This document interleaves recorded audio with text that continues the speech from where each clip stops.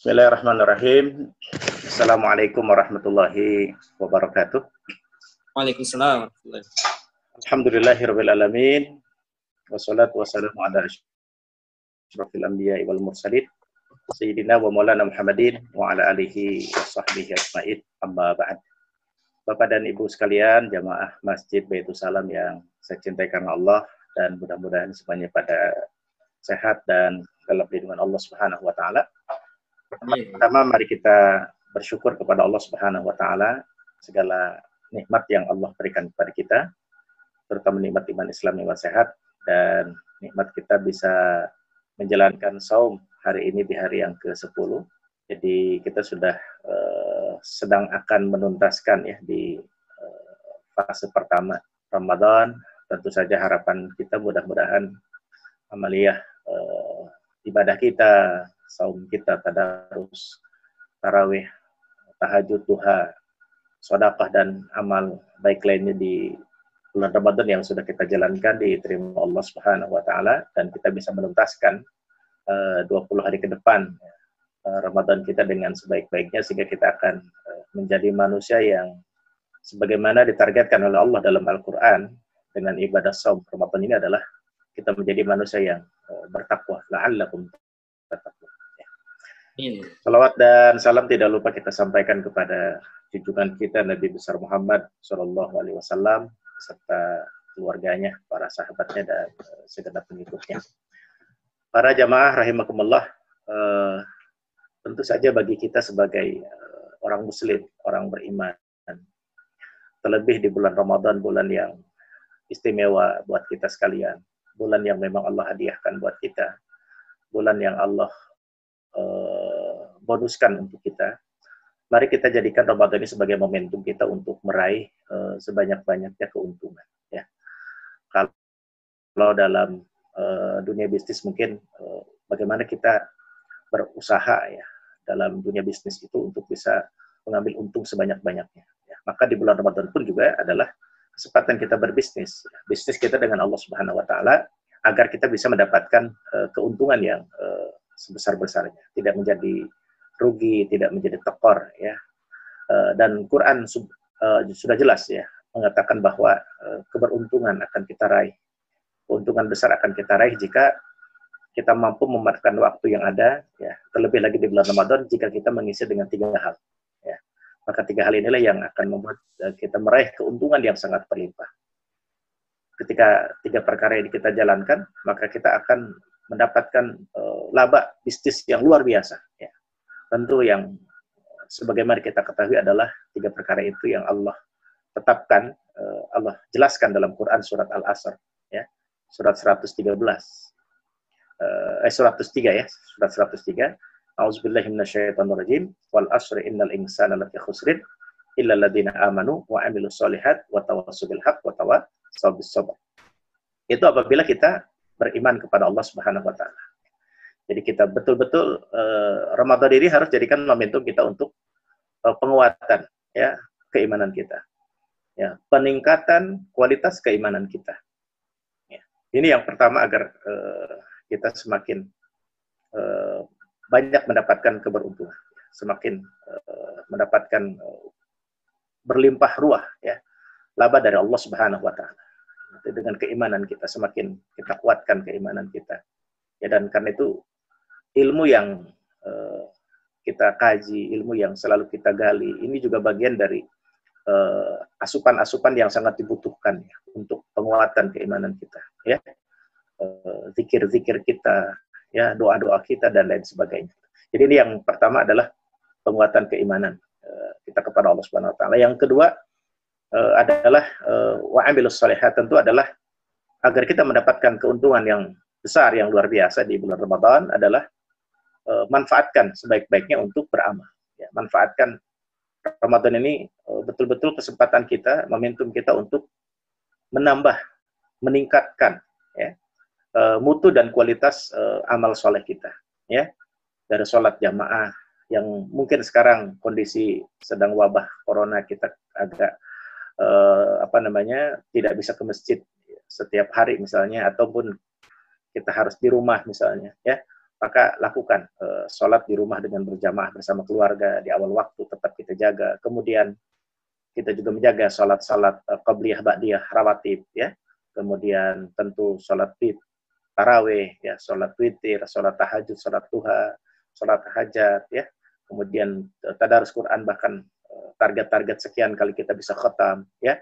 Zikir pagi, zikir petang, maghfirah, ya, kita baca. Kemudian berdoa juga kita banyak-banyak. Ini momentum juga bagi kita karena doa ini juga merupakan amal yang terbaik, ya, yang Allah sangat sukai. Dan di bulan Ramadan adalah kesempatan bagi kita diijabah doa-doa kita, mustajab doa-doa kita, ya, untuk kita beramal dengan doa. Dan Allah sangat cinta, Allah sangat suka kepada orang yang senantiasa berdoa, meminta kepada Allah Subhanahu wa taala, ya.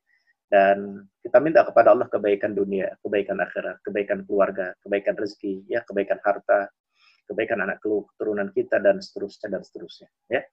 Dan bersedekah, ya, peduli terhadap sesama, dan lain sebagainya. Ini amalan-amalan yang memang harus kita lakukan untuk kita bisa meraih keuntungan yang sangat besar, ya, di bulan Ramadan ini. Ya, termasuk, ya, kita bisa ada kajian online, misalnya, pengajian melalui daring seperti ini tetap kita ikuti, ya. Ini bagian dari amal saleh yang tentu cara kita untuk bisa meraih keuntungan yang sangat banyak di bulan Ramadan, ya. Dan ketiga, Quran mengatakan watawassaw bil haqq watawassaw bis sabr. Untuk terus kita saling mengingatkan, ya, saling mengingatkan, saling memberikan nasihat, ya. Bagaimana supaya iman dan amal saleh ini selalu disegarkan, ya, dengan saling menasihati, ya. Di majelis-majelis ilmu seperti ini, ya, di kajian-kajian online seperti ini, walaupun kita tidak bisa berhalaqah, ya, berkumpul bersama di satu majelis, ya, tapi insya Allah ada ta'liful qulub di sini, ada ikatan hati yang sudah diikat oleh Allah Subhanahu wa taala karena keikhlasan kita, karena ukhuwah kita, ya, karena rasa kecintaan kita antara kita dengan jamaah kita yang lain, saudara kita dengan saudara kita yang lain, ya, dengan jamaah-jamaah kita di masjid, ya, ketemu seperti ini. Ini dalam rangka watawassaw bil haqq watawassaw bis sabr, supaya tadi kita bisa meraih keuntungan yang sangat banyak di bulan Ramadan, ya. Jangan sampai seperti yang disebutkan, ya, dalam salah satu hadis bahwa Rasulullah mengatakan ada orang yang diharamkan mendapatkan kebaikan di bulan Ramadan, ya. Dan orang yang diharamkan mendapatkan kebaikan bulan Ramadan adalah yang tidak menggunakan Ramadan, ya, yang tidak diisi Ramadan dengan prestasi-prestasi kebaikan, ya, tidak diisi untuk peningkatan keimanan, ya, tidak diisi untuk peningkatan amal ibadah, amal saleh, ya, tidak diisi untuk peningkatan kualitas watawassaw bil haqq watawassaw bis sabr, gitu.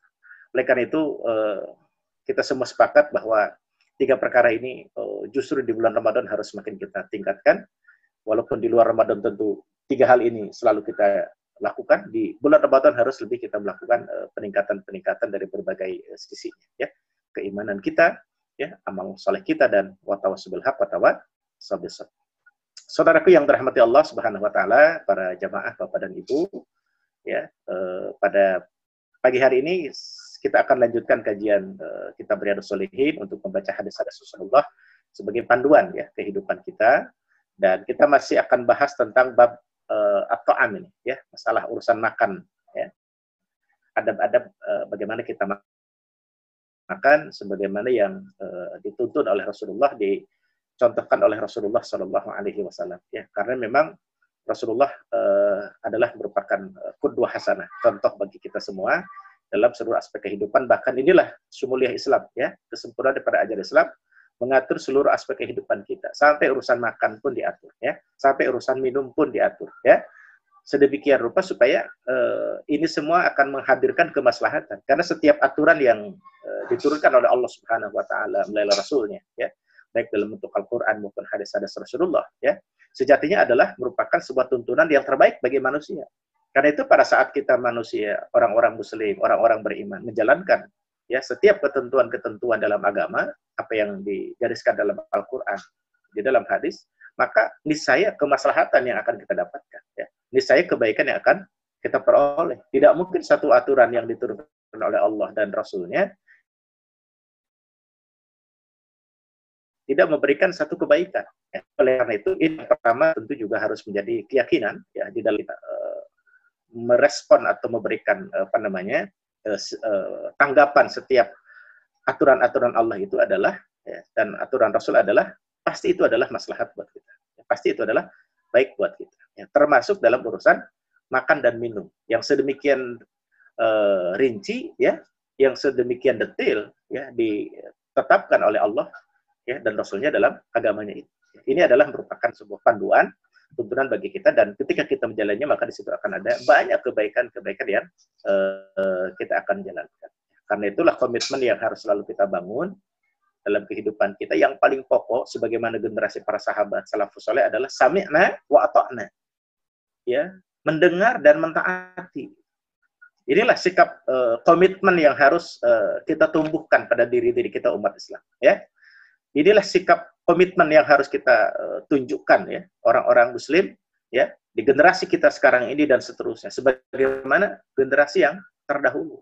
Sikap komitmen untuk berpegang pada sami'na wa ata'na, yang mendengar dan mentaati. Apa yang digariskan Al-Qur'an dan hadis, ya kita dengar, ya, dan kemudian kita eksekusi, ya, kemudian kita wa ata'na, kita eksekusi dengan mentaati. Para jamaah, Bapak Ibu dan Ibu sekalian yang dirahmati Allah, yang pertama adalah bab tentang babu la ya'ibu ta'ama wastihbabu madhihi. Jadi ini tentang bab tidak atau dilarangnya mencela makanan, ya, dan dianjurkannya untuk memuji makanan, ya. Babu ma la ya'ibu ta'ama wastihbabu madhihi. Tidak boleh atau tidak dibenarkan, ya, atau dilarang, ya, untuk mencela makanan, tapi justru malah kita diperintahkan, disunahkan untuk menyenangi, ya, gitu, menyukai atau memuliakan atau menghormati makanan. Ya. Ada dua hadis terkait dengan masalah ini. Yang pertama adalah wa an Abi Hurairah radhiyallahu anhu qala, dari Abu Hurairah radhiyallahu anhu qala, ia berkata, ma'aba Rasulullah sallallahu alaihi wasallam ta'aman qat. Ma'aba, tidak pernah mencela, tidak pernah menghina, ya. Rasulullah sallallahu alaihi wasallam adalah Rasulullah sallallahu alaihi wasallam ta'aman, ya, akan makanan, ya, qatun, ya, qatu, walaupun sekali, gitu, ya. Rasulullah itu tidak pernah sekalipun, ya, mencela makanan. Tidak pernah menghinakan makanan, ya, mencaci makanan, ya. Ini stahahu, kalau beliau suka dengan makanan itu, akalahu, ya, maka beliau akan makan makanan itu, ya. Wa in karihahu, dan ketika Rasulullah tidak menyukai makanan itu, ya, tidak berselera, ya, dengan makanan itu, tarokahu, maka Rasulullah meninggalkannya, artinya tidak memakan. Muttafaqun alaih. Para sahabat jamaah rahimakumullah, kaum muslimin wal muslimat, jamaah Masjid Baitul Salam yang tercintai karena Allah, ya. Ada tiga hal yang menarik yang kita bisa pahami dari hadis ini. Yang pertama adalah kita harus mencontoh bagaimana Rasulullah, ya.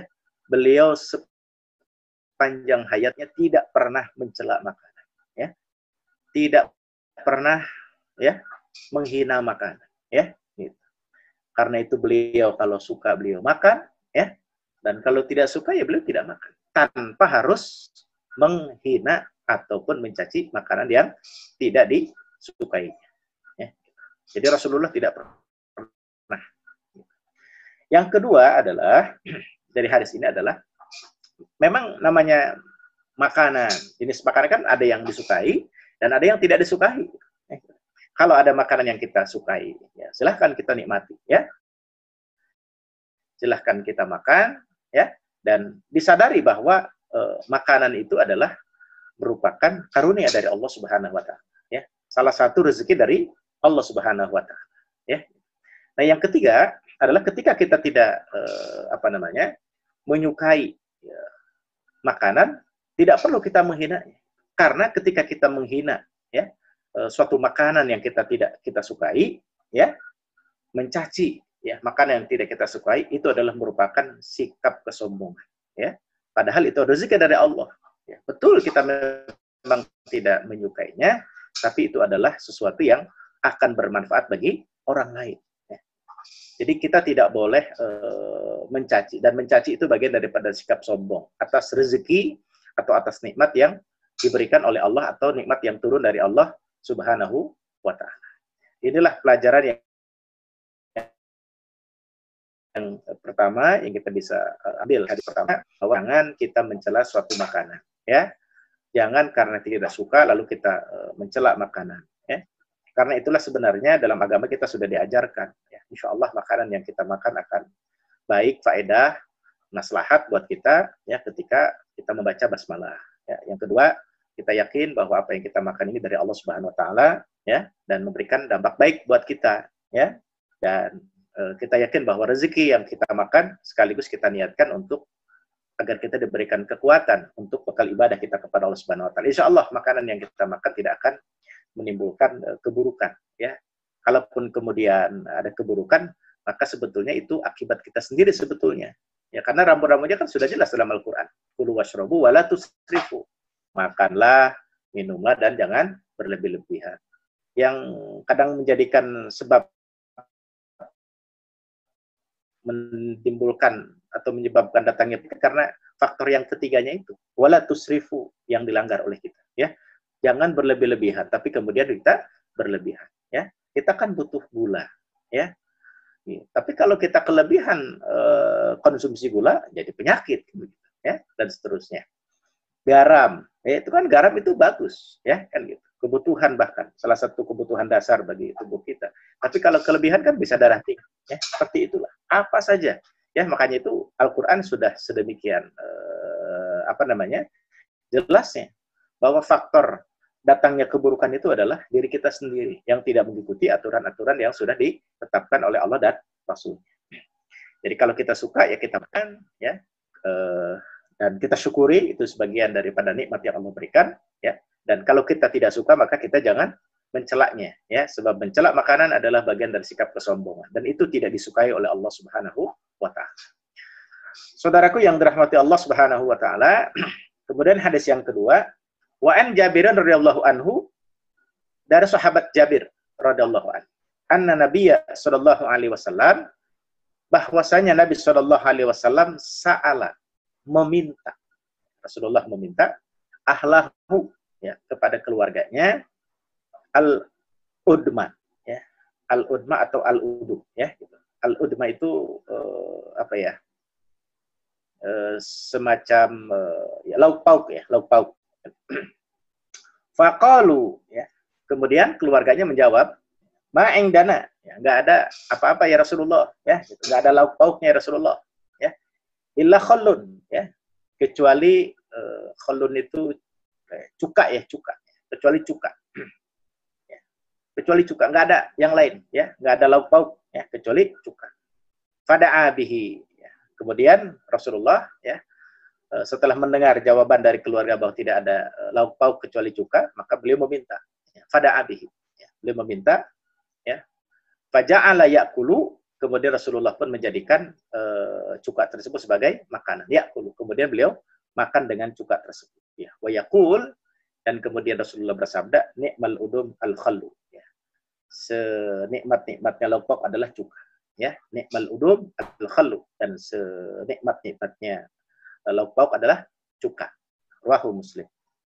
Nah, di sini kita bisa juga mengambil pelajaran bagaimana Rasulullah, ya, dengan sikap kesederhanaannya, ya, dengan sikap kemuliaan akhlaknya, ya, tidak pernah merendahkan makanan apapun, ya.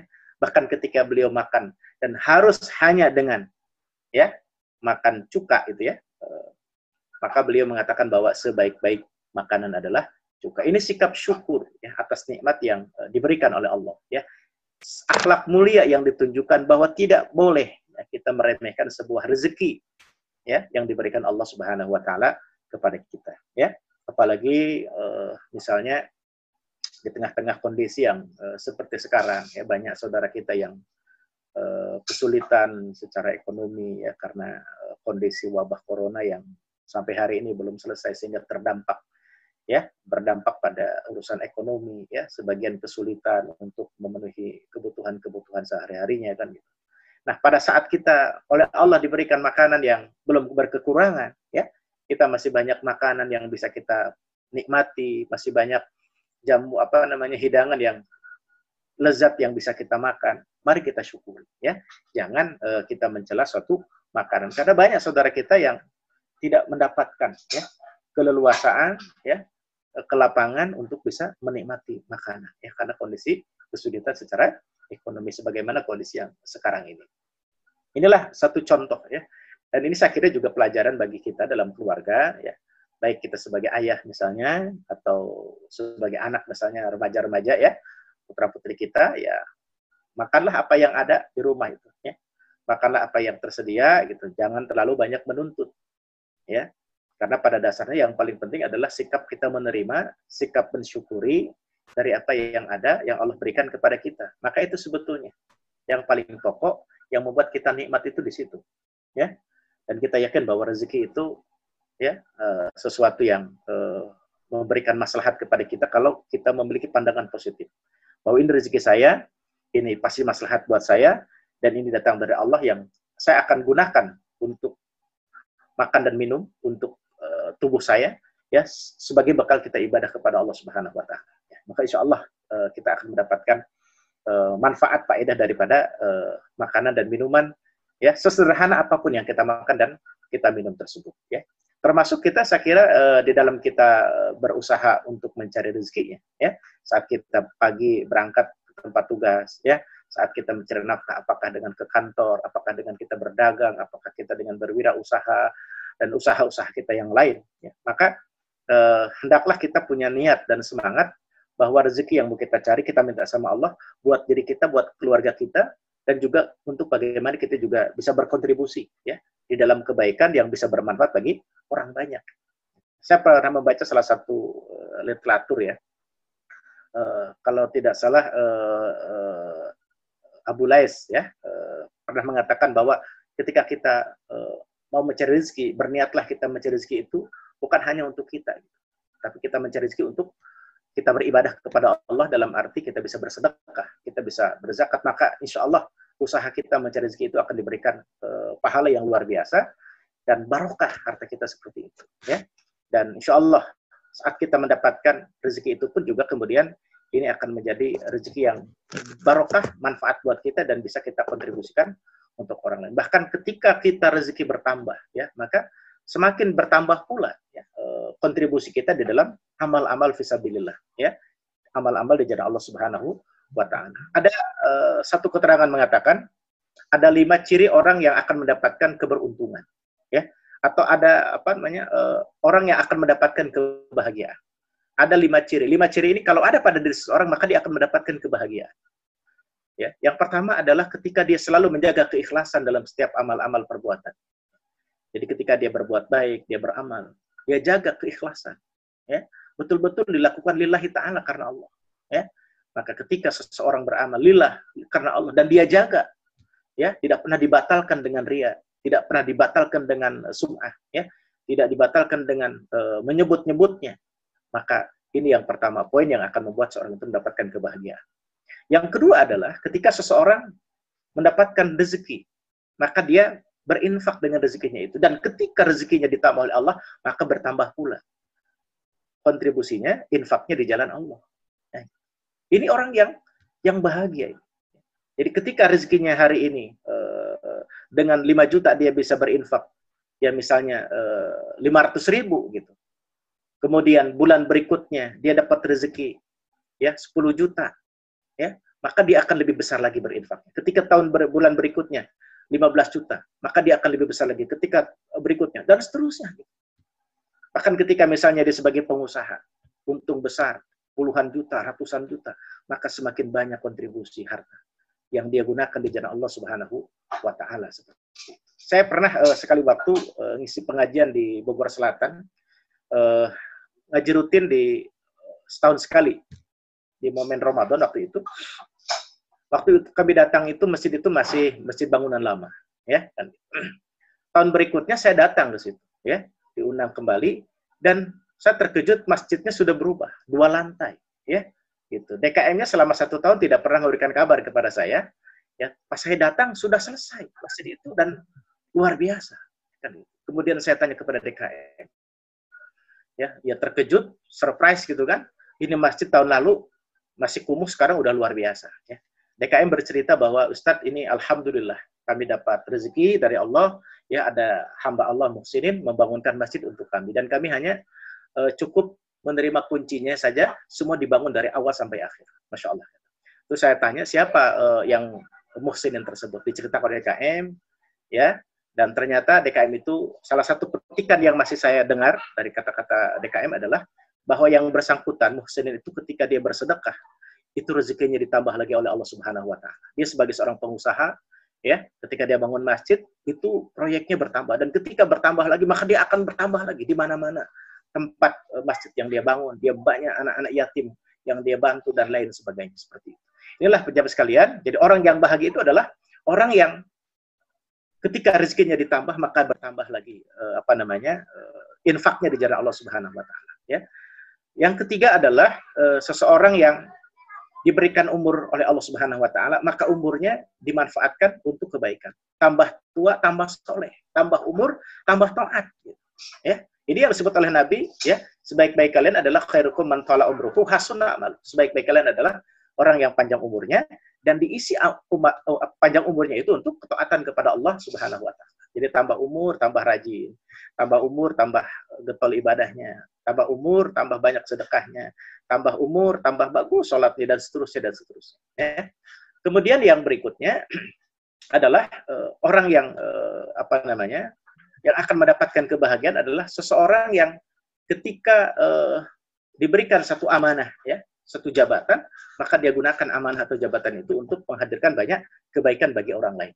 Ya, ketika amanah diberikan kepada dirinya, ya, maka dia akan gunakan amanah itu, ya, jabatan itu sebaik-baiknya untuk bisa menghadirkan kebaikan bagi orang lain. Ya, sebagai ketua RT, ketua RW, ya itu kan sarana-sarana untuk bagaimana kita bisa berbuat baik.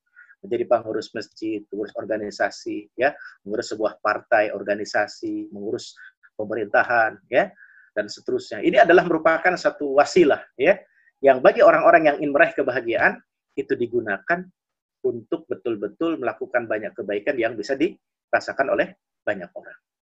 Jadi inilah sahabat sekalian, jamaah rahimakumullah, bagaimana kita semua berusaha, ya, untuk selalu melakukan hal-hal yang bermanfaat bagi sesama kita. Kita kembali tadi mensyukuri nikmat Allah yang Allah berikan kepada kita, ya, bahwa apa yang kita nikmati ini dari Allah, dan insya Allah itu adalah sesuatu yang akan berfaedah buat kita.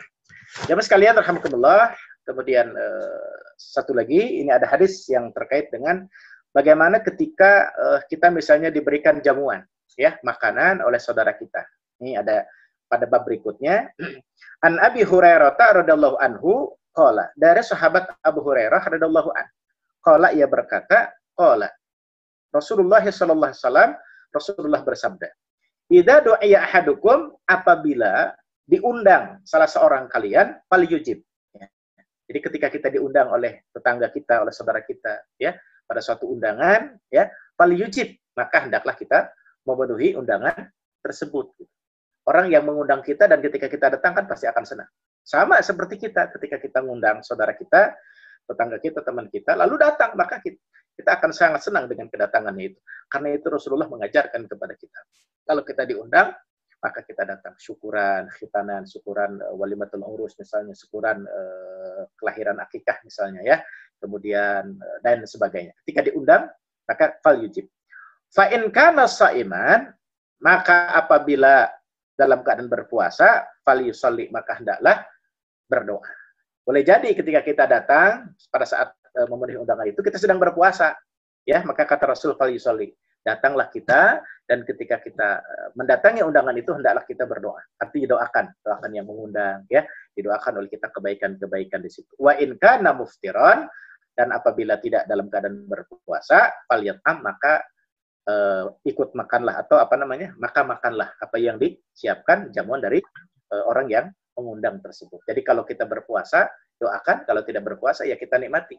Biasanya kan kalau yang mengundang suka menyiapkan, ya, makanan ataupun hidangan untuk diberikan kepada yang diundang, ya. Dan yang mengundang, Masya Allah, luar biasa, ketika tamu datang dan dijamu, maka itu bagian daripada satu amal yang sangat disukai oleh Allah. Bahkan Rasulullah mengatakan tanda keimanan, ya, man kana yu'minu billah wal yawmil akhir falyukrim dhaifahu. Ya, barang siapa yang beriman kepada Allah dan hari akhir, hendaklah dia memuliakan tamunya. Salah satunya adalah memberikan hidangan, membuat tamu itu senang, tamu itu puas ya dengan sambutan, dengan jamuan, dengan hidangan yang diberikan. Insya Allah banyak keberkahan yang juga akan didapatkan oleh sahibul bait ya yang mengundang ketika ada tamu yang dihidangkan makanan-makanan yang menyenangkannya atau dijamu dan diberikan penghormatan yang sebaik-baiknya ya. Bahkan dalam kisah yang menarik, salah satu yang kita bisa baca dalam kitab Nasul Ibad, Nabi Ibrahim pernah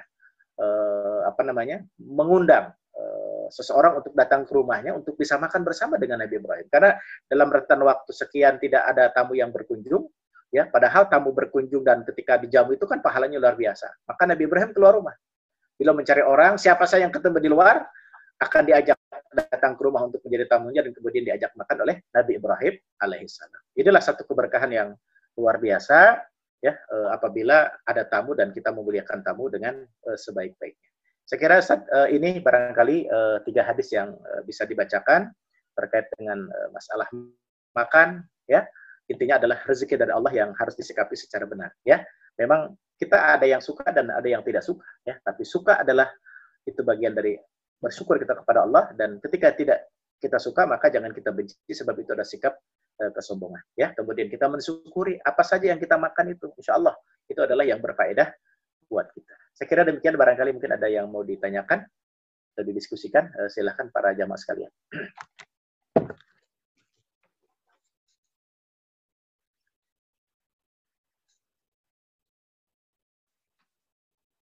Nggak dengar suaranya, Ustaz Robin. Apa yang disampaikan oleh Ustaz tadi ya, jazakallah khairan Ustaz, terasa dekat sekali dengan apa yang sedang kita lakukan saat ini bulan puasa ya, terkait karena kita juga puasa yang terkait makanan, bagaimana kita mensyukuri makanan dan seterusnya. Dan tadi juga sangat luar biasa bagaimana Rasulullah SAW menganjurkan untuk memuji makanan, tidak mencelanya, bahkan memujinya, sampai-sampai ketika lauk hanya cuka pun dibilang cuka adalah sebaik-baik lauk gitu ya. Karena yang pernah saya dengar juga itu karena ya saat itu memang adanya cuka, maka disebutlah saat itu yang terbaik adalah cuka ya. Jadi ada ulama juga yang sempat mengatakan kalau kita disuguhkan roti oleh si fulan, maka saat itu karena adanya roti itu kita bisa mengatakan sebaik-baik roti adalah roti buatan si fulan ya, untuk pujian saat itu. Jadi ini akhlak yang sangat mulia yang ya bisa kita praktekkan di waktu sahur kita. Kalau sahur adanya sayur ya, sayur itulah yang terbaik buat kita. Mungkin kalau pas berbuka adanya mungkin ya teh manis itulah yang terbaik mungkin buat kita ya. Baiklah para jamaah sekalian, dipersilahkan jika ada yang ingin ditanyakan terkait materi yang tadi disampaikan, bisa melalui chat atau dengan mengangkat tangan. Nanti dipersilahkan untuk berbicara. Mungkin mengawali Ustaz dari saya dulu, Ustaz, ada ingin ditanyakan terkait tadi bagaimana kalau kita menemukan makanan yang memang tidak enak gitu ya. Nah, ini tidak enak, apa yang harusnya kita lakukan? Dalam satu sisi terkadang memberikan input misalnya kurang garam atau apa, itu kan bisa memperbaiki masakan saat itu datang gitu. Atau kita diamkan saja, kita tambahkan garam sendiri, atau bagaimana Ustaz sebaiknya Ustaz? Ketika memang ya makanan yang memang terasa di lidah itu tidak enak. Kalau kita cuma tinggalkan doang, nanti orang lain makan juga kesannya gimana, orang lain jadi makanan yang nggak enak juga gitu kan. Ya. Nah, itu bagaimana sebaiknya Ustaz? Adalah hal yang sangat manusiawi ya. Kalau kita ingin makan dengan selera yang membuat kita senang ya, komposisi bumbu dan sebagainya, kelezatan itu juga dipentingkan dan sesuatu yang sangat manusiawi ya. Itu yang tidak salah kalau kemudian kita ini kurang garam dan kita tambahkan garamnya misalnya, atau ini kurang lezat harus tambah bumbunya, ya nggak apa-apa. Yang tidak boleh itu adalah ketika kita tidak menyukai makanan lalu kita mencela makanan itu, ya kan gitu. Itu yang tidak boleh itu adalah mencela makanan gitu. Padahal makan itu adalah rezeki dari Allah. Mungkin kita nggak merasa perlu dengan makanan itu, tapi kan orang lain ya masih memerlukan makanan seperti itu. Itu yang dimaksudkan bagaimana kita tidak boleh mencelanya itu begitu. Tidak boleh menghina suatu makanan, itu rezeki dari Allah Subhanahu wa taala. Ya, yang sekalipun kita tidak menyukai, itu akan masih disukai atau akan bermanfaat bagi orang lain yang memerlukan seperti itu, ya. Jadi saya kira kalau soal rasa, soal bumbu, soal segala macam itu manusiawi. Kalau makanan pengen lezat, pengen enak kan wajar ya. Kita ingin ada kepuasan dalam soal tes ya ketika kita makan seperti itu ya. Itu tidak merupakan sesuatu yang melanggar. Yang tidak diperbolehkan adalah mencela, menghina suatu makanan ya. Seolah makan itu tidak ada kebaikan sama sekali ya. Itu yang tidak boleh ya. Bahwa makan itu mungkin kita tidak suka tapi itu bakal bermanfaat bagi orang lain. Saya kira demikian Ustaz ya untuk masalah itu. Ya. Ini ada pertanyaan lagi Ustaz di bagian chat. Bagaimana kalau ketika kita bertamu, kita disuguhkan makanan yang tidak kita suka atau kita alergi ya? Itu bagaimana antara kita menghormati yang sudah memberikan makanan dan pribadi kita yang mungkin belum bisa menerima makanan itu? Ya? Bagaimana sikap terbaiknya Ustaz? Ya. Sama saja seperti kita misalnya tadi ketika kita diundang seperti orang yang berpuasa gitu kan. Kalau berpuasa ya kita doakan. Kita sama juga bilang, oh terima kasih atas jamuannya, mohon maaf tapi saya tidak bisa menikmati, saya sedang dalam keadaan berpuasa, kan seperti itu. Dan dimaklumi ya oleh yang punya rumah. Itu kan sehari-hari kita seperti itu. Maka ketika kita tidak makan karena alasan puasa, maka kita berdoalah. Insya Allah berkah doa itu untuk kita dan orang yang kita kunjungi atau orang yang menjamu kita. Maka pada saat kita pun juga misalnya ada dampak tertentu, ya, misalnya karena alergi segala macam, ya kita juga bisa sampaikan kepada tuan rumah. Insya Allah itu justru untuk bisa menghindari syakwa sangka daripada yang memberikan jamuan itu. Kalau kita tidak ada komunikasi, tidak menyampaikan, justru malah tuan rumah berpikir yang boleh jadi tanda petik mungkin negatif kan gitu. Justru kalau kita sampaikan, mohon maaf, saya tidak minum ini, tidak makan ini karena alergi dan segala macam, saya kira itu tidak ada masalah ya. Semuanya insya Allah justru untuk bagaimana kita bisa menghindari prasangka-prasangka yang tidak baik ya. Terutama sekali lagi yang paling sederhana saya kira dalam urusan minum ya. Kalau bisa minum itu dihabiskan ketika kita bertamu itu. Karena kan mungkin kalau makanan lain ketika tidak dihabiskan masih bisa dimakan oleh yang lain. Tapi kalau minuman ya itu kan pasti akan dibuang. Jadi usahakan kalau minuman mah dan tidak ada kendala atau tidak menimbulkan atau tidak sesuatu yang alergi misalnya, ya kita habiskan saja. Karena kalau tidak kita habiskan akan menjadi minuman yang tabdir nanti, ya, yang sia-sia. Padahal tuan rumah sudah menyiapkan itu, ya. Dan kasihan juga pahalanya jadi tidak full. Nah, kalau dihabiskan pahalanya juga berlipat luar biasa. Insya Allah setiap makanan yang dijadikan jamuan itu adalah makanan yang penuh dengan keberkahan. Berkah bagi yang dijamu, berkah bagi yang menjamunya. Kan itu saya sampaikan kalau minuman itu harus dihabiskan, ya, seperti itu. Dan sebanyak-banyaknya minuman kan tidak terlalu banyak lah, namanya 1 gelas, ya, terutama yang sudah dituangkan dalam gelas, ya, karena untuk menghindari tadi sikap tabdir tadi, ya. Kecuali kalau makanan, mungkin kalau makanan kan kita ambil sebagian, masih sebagian bisa dimanfaatkan. Tapi kalau minuman yang sudah kita tentukan nggak mungkin akan diminum oleh yang lain ketika disisakan. Saya kira itu Ustaz atas pertanyaan tadi, ya. Kalau Ustaz, ini terkait dengan minuman, jadi teringat kadang kalau ada acara disuguhkan minuman mineral gelas ya, itu suka sisa-sisa itu sebenarnya lihatnya mubazir gitu Ustaz ya. Iya betul.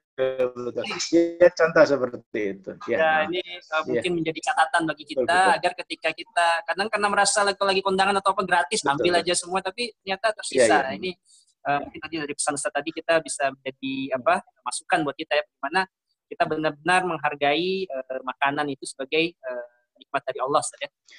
Nah, ini mungkin ada pertanyaan lagi, Ustaz, terkait bagaimana kita memberikan pendidikan pada anak, Ustaz. Kadang-kadang anak ini kan tips-tipsnya mungkin seperti apa ya kita mendidik anak supaya nggak pilih-pilih gitu. Kalau makan itu ini nggak suka, ini nggak mau, wortel nggak mau, paprika ogah. Ya, ini mungkin ada tips-tips dari Ustadz atau mungkin ada dari ulama terdahulu bagaimana kira-kira mendidik anak seperti untuk lebih beradab dalam makan, khususnya dalam menyikapi mungkin yang mereka tidak suka. Iya. Kalau kita baca dalam hadis bab makan ya, di dalam kitab Rasul ini kan ada tuh tentang anak kecil yang akan mengambil makanan langsung dimakan itu oleh Rasulullah, kemudian dipegang tangannya ya oleh Rasulullah agar anak tersebut membaca basmalah ya, agar menggunakan tangan kanan gitu ya ketika makan itu. Saya kira secara dari dalil tadi, dari riwayat tadi itu menjadi contoh pelajaran. Saya kira perlu kita komunikasi ya untuk menyampaikan hal-hal yang benar kepada anak-anak kita. Dan memang proses pendidikan itu bukan proses yang instan, butuh panjang waktu yang dibutuhkan. Dan semua kita punya tanggung jawab yang sama, baik secara non formal di keluarga, ya orang tua harus senantiasa mengajarkan hal-hal yang sederhana tapi itu penting buat anak-anak kita, dan juga di lembaga pendidikan yang mungkin sifatnya dasar, di sekolah TK, SD terutama ya, ini penanaman nilai-nilai akhlak terkait adab-adab seperti ini adalah merupakan sebuah keniscayaan ya. Saya kira itu yang paling pokok, kita tidak boleh ini kita sepelekan ya, bahwa adab itu adalah perkara yang paling penting yang harus kita ajarkan. Kan ada hadisnya, ajarkan anakmu adab ya. Dan adab itu kan sangat luas, termasuk dalam urusan makan ya. Saya kira perlu kita jelaskan ya, soal selera dan tidak berselera, anak kita suka ini dan itu segala macam, kita juga harus jelaskan. Misalnya kenapa anak itu nggak suka buah? Ya kita jelaskan supaya dia suka buah. Buah itu penting. Kenapa anak kita misalnya ketika tidak suka sayur, ya sukanya kan yang jangkut begitu ya, kita jelaskan bahwa sayur itu adalah dibutuhkan dan seterusnya. Kita ini proses panjang yang memang butuh kesabaran ya, dan insya Allah seiring waktu dengan kesungguhan kita di rumah ya, makanya sekolah-sekolah Islam saya kira sangat penting. Kadang nasihat ataupun ajaran yang diajarkan oleh gurunya di sekolah itu lebih mantap daripada orang tuanya kadang-kadang seperti itu ya. Sekolah-sekolah itu luar biasa, beruntung ya orang-orang tua yang bisa mensekolahkan anaknya di sekolah-sekolah itu, karena akan dididik tuh betul ya tentang nilai-nilai dasar, tentang adab yang sederhana ya, seperti itu. Kalau ini kita sepelekan, bagaimana nanti urusan yang lebih besar lagi ya, yang kecil aja disepelekan, bagaimana dengan urusan yang besar. Saya kira demikian Ustaz, secara umum saja saya kira seperti itu ya. Jazakallah khair Ustaz. Ini ada masuk pertanyaan lagi Ustaz terkait makanan atau suguhan yang diragukan kehalalannya Ustaz.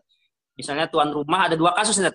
Misalnya tuan rumah non muslim atau tuan rumah yang dianggap muslim tapi tidak memahami halal haram dengan baik gitu. Mungkin track recordnya sebagai muslim diragukan gitu, kemampuannya menyeleksi makanan. Nah ini bagaimana Ustaz kita menyikapi suguhan atau di tempat-tempat seperti ini? Ya.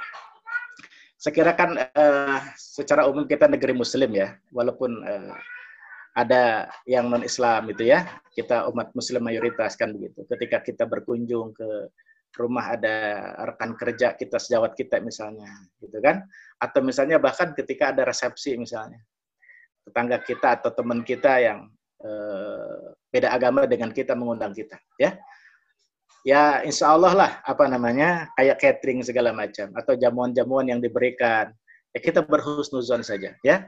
Kita tidak dituntut untuk sampai detail mengetahui ini ayamnya disembelih pakai bismillah atau tidak. Ini dagingnya daging sapi atau daging babi ya, seperti itu. Saya kira kita tidak dituntut sampai sedemikian rumit seperti itu ya. Termasuk kepada saudara kita yang muslim yang tadi tanda petik diragukan itunya, ya saya kira tidak sejauh itulah dalam urusan makan, insya Allah aman lah. Karena kita berada di sebuah lingkungan yang mayoritas muslim, bahkan sejenis daging ataupun ayam dan segala macam juga kalaupun itu dimasak oleh bukan yang orang Islam, insya Allah mereka juga beli dari pasar yang kita percaya bahwa mereka beli dan disembelih dan kita husnuzan itu sudah disembelih dengan ketentuan-ketentuan syar'i. Saya kira demikian ya, gitu. Ya, Ustaz. Jadi mungkin memang konteks kewilayahannya itu menjadi penting Ustaz ya. Kalau di negara muslim seperti Indonesia, Malaysia mungkin atau Pakistan seperti itu, secara umum kita bisa anggap daging yang beredar di situ adalah daging halal. Beda halnya ketika misalnya kita ke negara-negara non muslim, Ustaz, mungkin di situ kita perlu lebih berhati-hati dalam masalah makanan. Betul. Ini ada pertanyaan masuk lagi Ustaz. Menyelenggarakan walimahan pernikahan ya. Mohon pendapatnya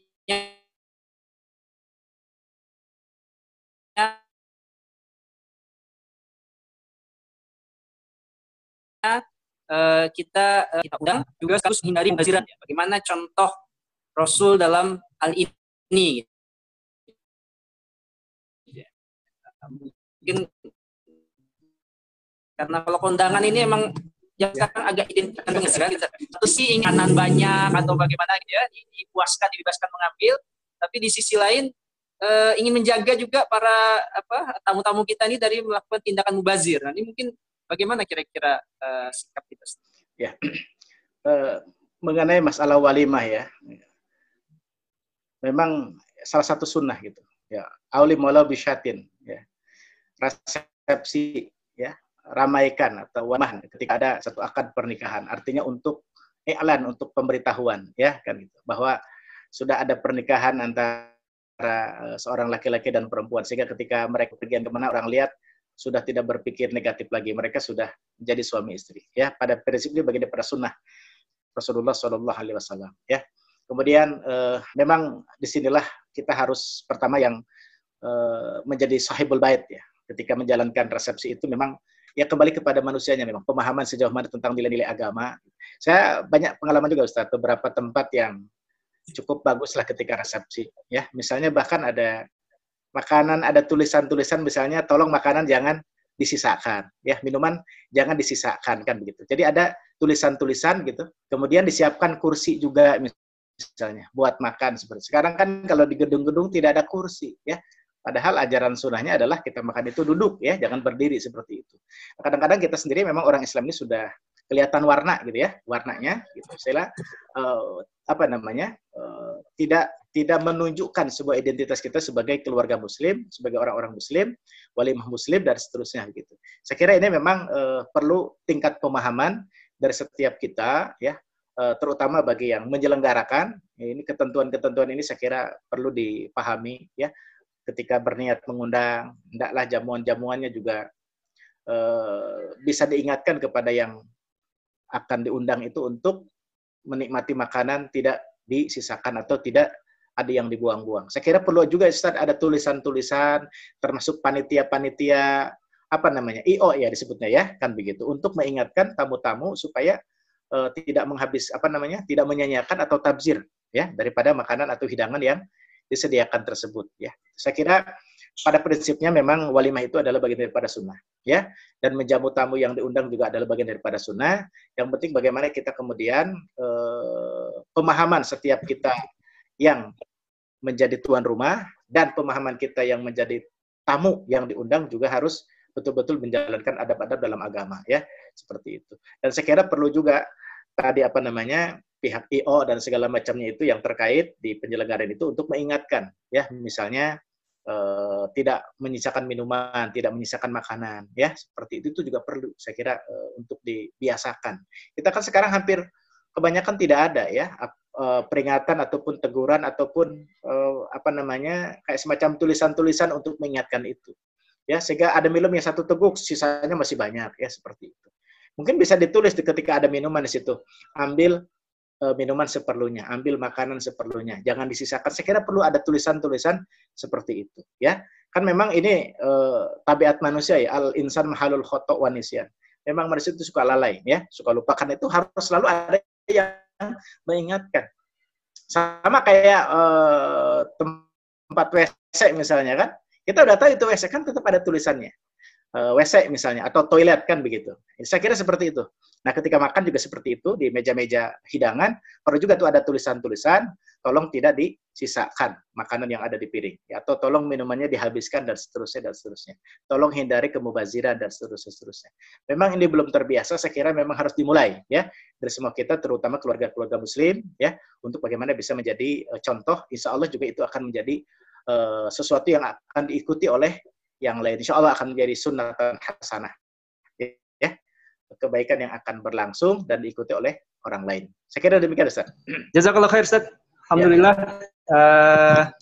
kita telah dengarkan tadi juga jawaban Ustaz. Jadi menarik sekali, memang salah satu yang bisa kita lakukan dalam walimah seperti itu adalah menambah koordinasi dengan IO gitu, Ustaz, ya. Ditambahkan tulisan-tulisan, himbauan-himbauan agar menghabiskan apa yang mereka makan, sehingga walimah kita pun menjadi lebih berkah. Baiklah, Bapak Ibu sekalian, jamaah Masjid Baitul Salam, alhamdulillah kita telah sama-sama selesaikan kajian kita pada kesempatan kali ini. Waktu sudah menunjukkan pukul 6.3, hampir 6.30, ya, sudah menjelang 6:30. Mungkin kita akhiri dulu kajian kita pada kesempatan kali ini. Sebagai penutup dari Takmir ingin menyampaikan kembali bahwa Masjid Baitul Salam Bogor Raya Permai tetap mengadakan taklim secara online setiap Sabtu dan Ahad subuh, juga taklim ba'da tarawih di hari libur, ya. Jadi dan diharapkan para jamaah dapat terus mengikuti taklim online ini dan turut menyebarkan, ya, link taklim online ini ke grup-grup warga di RT-nya, di RW-nya, agar semakin banyak dari warga kita, khususnya Bogor Raya Permai, yang tetap terikat ya, tetap terhubung dengan masjid di masa-masa lockdown ini ya, di masa-masa isolasi mandiri. Jangan sampai mengganggu hubungan kita dengan masjid. Kita ikuti, kita aktif ikut bersama taklim secara online via Zoom seperti pagi hari ini. Dan kembali juga kami ingatkan bahwa Masjid Baitul Salam tetap membuka keropak operasional online, donasi operasional masjid via online melalui rekening BNI Syariah ya, 0211930458 atas nama Bapak Taryana sebagai bendahara Majelis Takmir Baitul Salam. Semoga dengan kita terus aktif walaupun dari rumah ya, aktif taklimnya online ya, keropaknya juga bisa online, alhamdulillah kita akan tetap terus terhubung dengan masjid dan menjadi salah satu golongan yang nanti dinaungi Allah Subhanahu wa taala dalam naungannya pada hari di mana tidak ada naungan kecuali naungannya, yaitu orang yang hatinya terikat ke masjid. Mudah-mudahan amin ya rabbal alamin. Amin. Baiklah, kita akhiri Bapak Ibu sekalian.